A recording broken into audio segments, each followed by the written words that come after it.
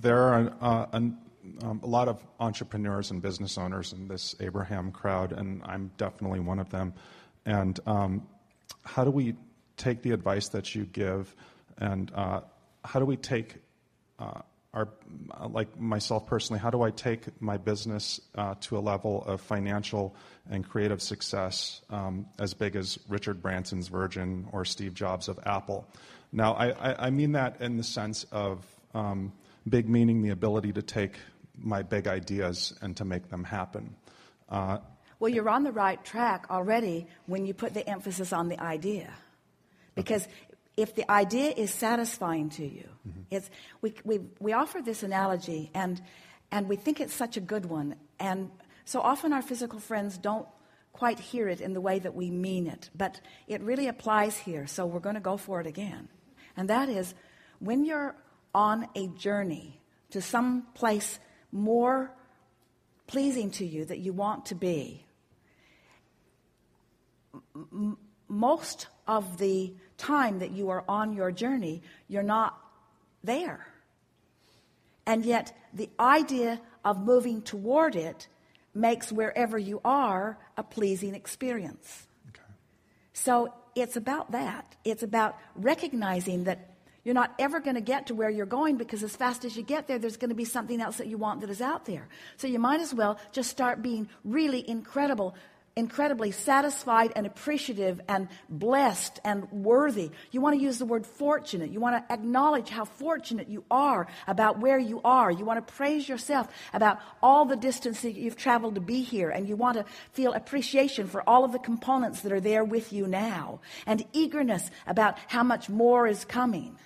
It's a fine line, isn't it? Because sometimes when we ask you to look off into the future, it distracts you from what's going on. And if what's going on is good, then give it your undivided attention. Count your blessings among the components of it. And if there's more that you want, then use your ability to imagine. Yeah, I always want these really big things out of my life, and a lot of times I've been very fortunate to have had a lot of things come to me. When you ask yourself why you want it, in other words, do you want it? We're just going to put some questions to you. Sure. So let's say that you are reaching for something that will bring a lot of human recognition to you. Right. People are going to stand up and take notice when they see it. Mm-hmm. And they're going to be pleased with what they see. And as they hold you as their object of attention, you're going to feel their pleasure at your accomplishment. Right. So is that the basis of accomplishment that inspires you? Or are your own rockets and subsequent aligning with them enough for you? I think originally it was the earlier stuff, and now, of course, through you, it's definitely the rockets. Because if you can realize that it, and so if you want a little and line up with it, there you are. And then, but you can't stay there more than for a moment, because now you've got this new vantage point with new contrast that's going to cause you to reach further. And so you can get into this rhythm where life excitingly causes you to reach beyond where you are. And because you're already whole, because you already acknowledge that you can be or do or have anything that you want, there is nothing off limits. There is nothing depriving you of anything that you want. It's just a matter of you identifying it and allowing the universe to yield it to you through the path of least resistance.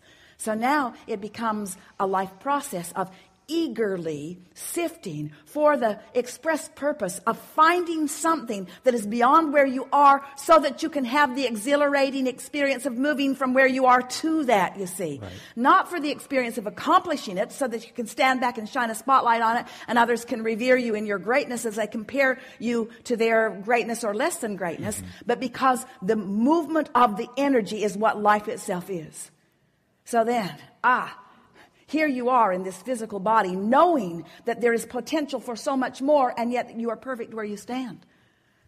Wrap your thoughts around that. You are going to be so much more, but that does not make you lacking at all where you are. You're right on the path, right where you want to be, right where you are meant to be, right where you are perfect to be. So here you stand, And contrast is inspiring you to something beyond the current manifestations. Not beyond your ability to imagine, not beyond your ability to expect, but beyond your current manifestations. So what? You don't want all the manifestations anyway. Do you want all the food that you're ever going to eat in this lifetime to be delivered to you today? You really don't. No. You want it to come steadily, and you want it to be good, and you want it to constantly improve, and you want it to surprise and delight you, but you don't want it all today, and you don't want all of the life experiences to come today either. So here you stand in your perfect knowing, in an environment that's inspiring you to constant new heights, constant new places that you haven't yet accomplished. And we're not just talking about manifested places. We're talking about emotional places, the ability to think and want beyond where you are. And so there it is. And oh, bless this moment, because I know I went further than I've ever been because it hurt. I know I went further than I've ever been because it is uncomfortable. I've reached to a new place. And my discomfort is my evidence that I am expanding. Okay. But my expansion doesn't hurt me anymore, and more than for just a moment, because I want something that I can't for the life of me figure out how to accomplish. But the fact that I want it, and my knowledge of the laws, my knowledge of the laws of the universe, my knowledge of my worthiness, my knowledge makes me know I can expect this. So now I can launch a desire and expect it instantaneously. That's how you felt when you got here. That's what made Esther get up on the barn. In other words, there's more, there's more, there's more, there's more, there's more, there's more, there's more, there's more, there's always more. And now I'm resting in that eagerness of knowing that there's always going to be something more for me to want. And the best feeling in the world is to know I reached beyond where I am because I can't see a path, and it annoys me. So I step back from not being able to see the path, and I remember there always is a path. All I have to do is chill out and it'll light up a little more. It's always fun on the path. It's why I came. I didn't come to get it done, because it never gets done. I didn't come to get it right, because nobody's making those judgments. I came for constant expansion because it feels so good. It feels so good. Something to want. Something to want.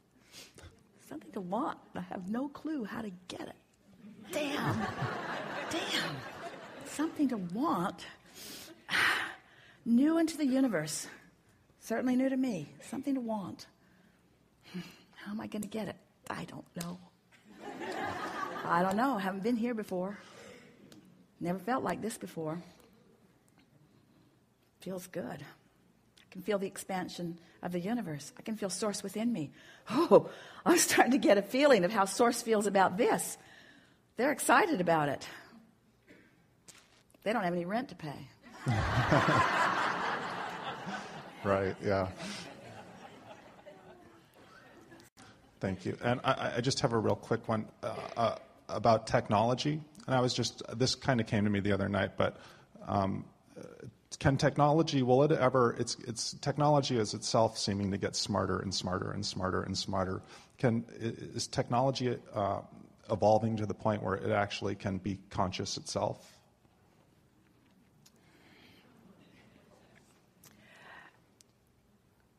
Consciousness is expanding. Your question indicates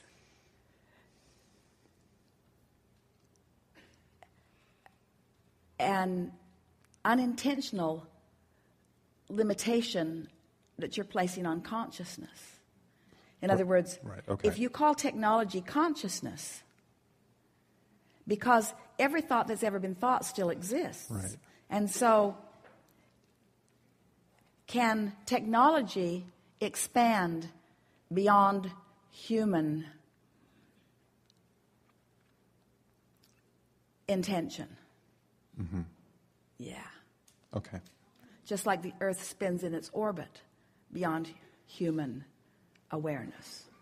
So, in the same way that your Earth is spinning in its orbit in ways that man can barely even describe, let alone comprehend or accomplish, right. technology has the attention of source upon it too.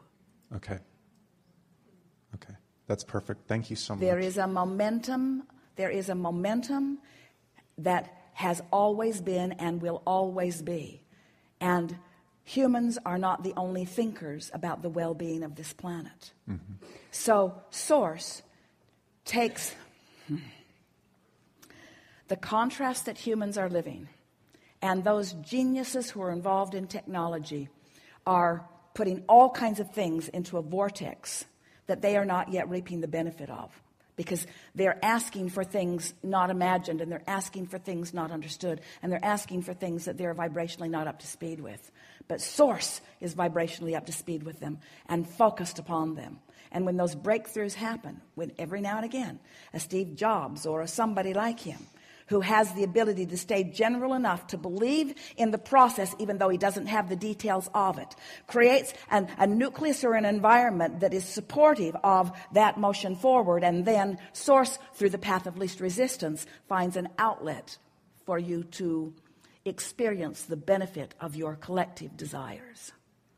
So what you're really talking about here is there a vortex of collective desires that's bigger than any one of our ability to imagine it? We say, yeah. That's what man wants to call God. Okay. Thank you so much. I appreciate it. Love you guys. Take care.